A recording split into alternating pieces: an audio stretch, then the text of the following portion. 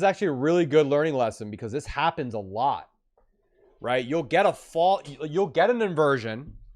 And in this example, I think it ends up working, but this is just, I don't like taking this, right? Because you got to deal with, okay, let's say that we took this here. Stops are above the inversion, right? TPs are going to be down here.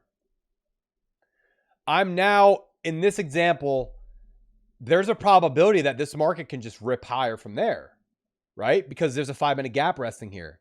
The real confirmation on this trade is going to be the second gap getting flipped to the downside. So we would have to wait for this gap now to flip. It's a really good example here, guys. I hope you're paying attention to this. This is real-time stuff. This happens often. Now, this is good. We flipped one inversion, one 5-minute fair value gap, and now we flipped another. So we have a double inversion here. Very strong indication that price wants to continue lower. Let's delete this because this is really nice so far.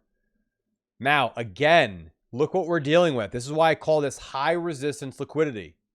There's one thing I want you guys to find on the chart that I'm not going to mark out. I want you guys as students to locate why this is high resistance still. Guys, there's another gap here. There's another gap here. This is what we call high resistance liquidity.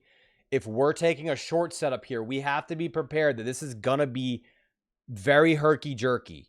The market's going to go into, like, you see how this is like displacing, like there's chop displacement here in these candles and these wicks?